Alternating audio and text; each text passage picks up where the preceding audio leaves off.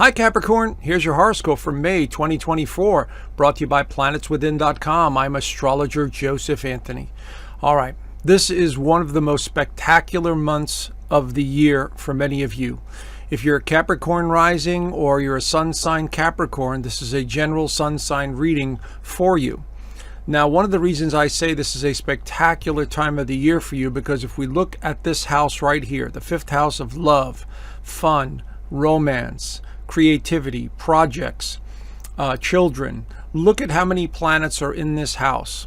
And there's going to be two major conjunctions in this house as well.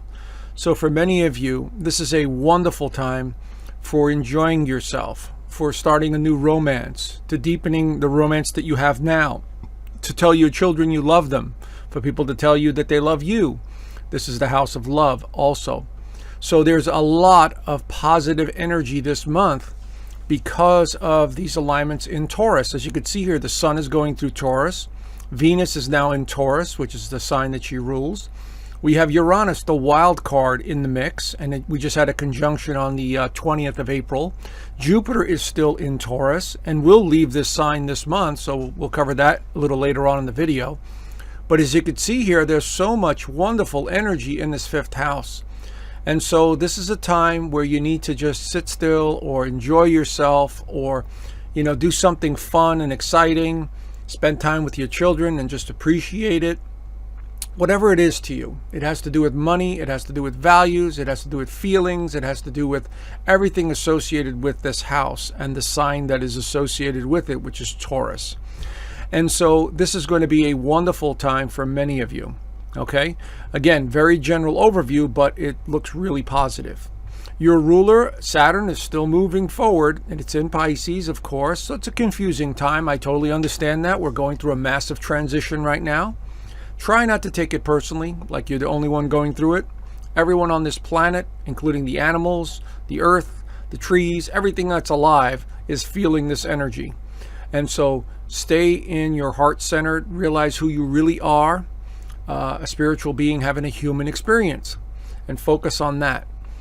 We do have, notice all the planets are below the horizon here, which means a lot of inner work, a lot of feelings, a lot of reminiscing about the past, especially since we now have Mars going through Aries in the fourth house of home, feeling, and foundation. And of course the North Node is in there, and what you're striving for is sort of a place that you belong or feel like you connect to something. And that's totally normal right now. We're all trying to figure out where we want to go next and what's happening to this world and, how is it going to emerge. So keep an eye on that, but don't obsess about it, okay? We also have Pluto this month also going retrograde in your second house of income and values, which I'm going to talk about in a second. But this is a very good month, I would say, for many of you. So take advantage of opportunities that come your way that give you the chance to express yourself in some manner, okay? So on May the 2nd, we have Pluto going retrograde in Aquarius. The first time this year that Pluto is going retrograde, and I believe it's the only time. But here it is in stationary position in Aquarius in your second house of income and value. So what this means over the course of the next couple of months is you'll be reflecting. You'll be thinking about your values. You may be talking about income and investments and money matters, because this is the house that rules that. And Pluto is a sign that is associated with finance, okay? But it's in Aquarius, the sign of the mind, the sign of humanity. It's the sign of doing things out of the ordinary. But it'll continue to go retrograde over the next few months until it hits September. Now, September, it will dip back into Capricorn just for a little bit. I think it's like a month and a week or something like that, or a month and 2 weeks. And it'll stay in Capricorn, your first house, just for that period of time, just to give you one last chance to look at everything you've been through these last couple of years, because Pluto has been in Capricorn, literally, changing everyone who's a Capricorn in their lives. It's been literally, giving you the ability to see through things. It's been transforming the way you believe in things, your finances, your relationships, everything. Okay? So it'll give you one last chance, and of course that'll be in the fall. And then in November, it comes back into Aquarius and stays in the second house for about 19 years or so. So it's not a big deal. It's more of a subconscious, psychological thing. So don't obsess about it. Don't worry about it. Like I said, we're all going through major transformations right now. So, but focus on the positive stuff right here. And speaking of the positive stuff, the new moon in Taurus on the 7th continues to highlight this 5th house of love and romance. And so this is going to be at 18 degrees of Taurus. So wherever this is in your actual birth chart, this will be the area that gets lit up. And so this is making a very strong aspect to Uranus, which again, it has to do with unpredictability, sudden changes, sudden revelations, sudden awarenesses of something. But it's the 5th house, so it could pertain to your children. It could pertain to your projects. It could pertain to your financial investments. One of the things I've been talking about on my other videos, the New Moon Outlook videos and the update videos, is things pertaining to the financial system. We know it's going to change, and it already has with cryptocurrencies and other ways of paying our bills and all that other stuff. But that's something we need to keep an eye out in May for as well, because the energy is very strong on a global level as well. But this new moon is giving you an opportunity to start something new, a new relationship, a new project.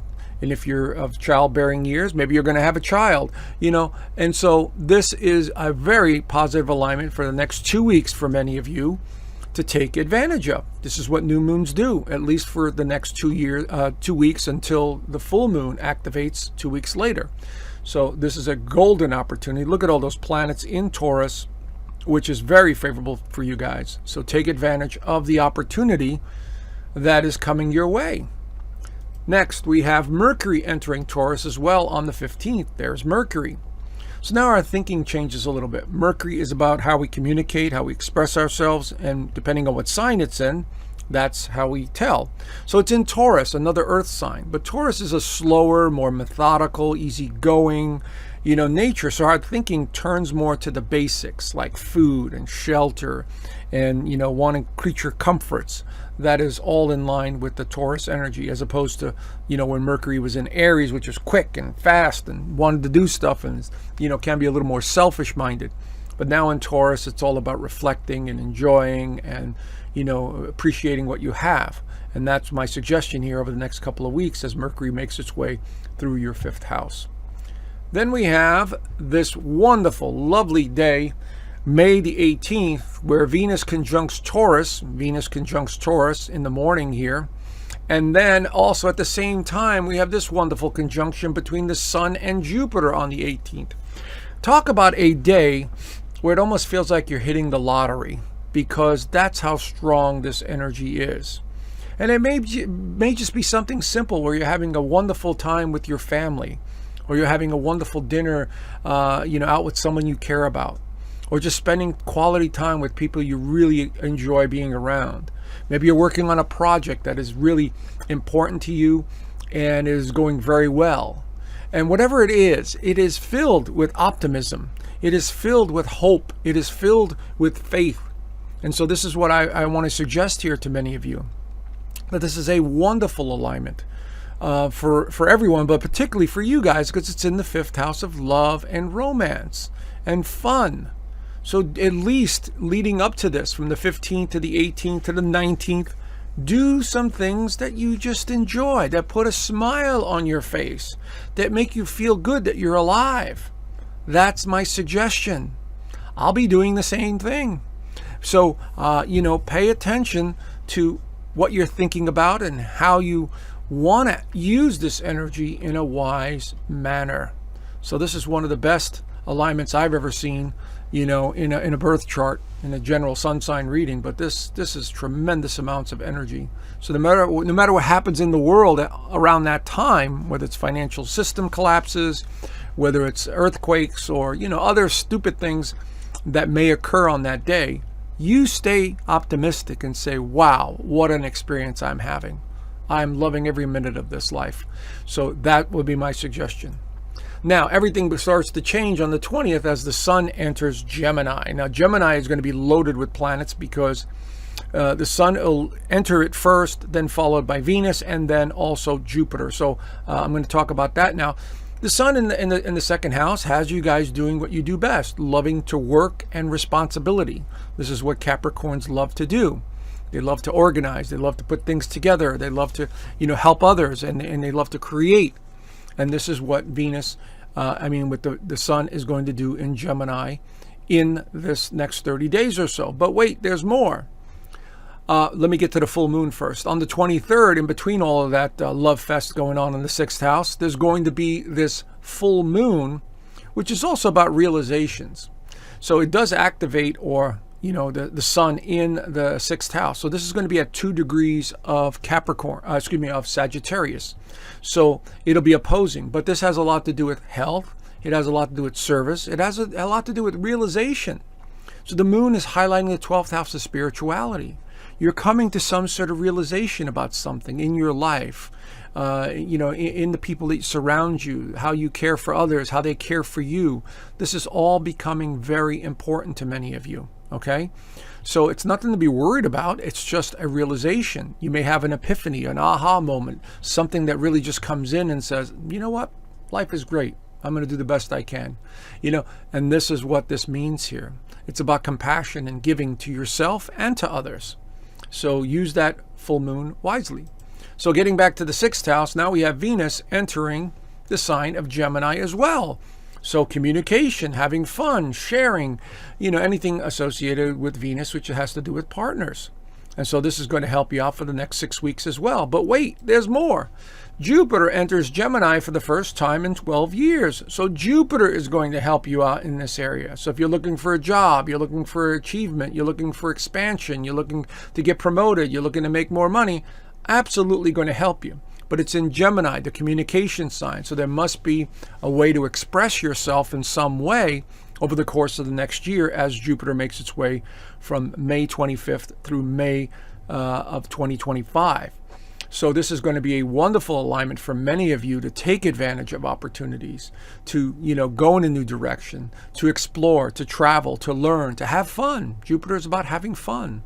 So this is going to be a wonderful time for many of you. So I'm hoping I've given you something to think about here. Looks really good. Take advantage of opportunities and don't let the unknown slow you down. All right. So have a great month, Capricorn, and I will talk to you guys soon. Bye for now.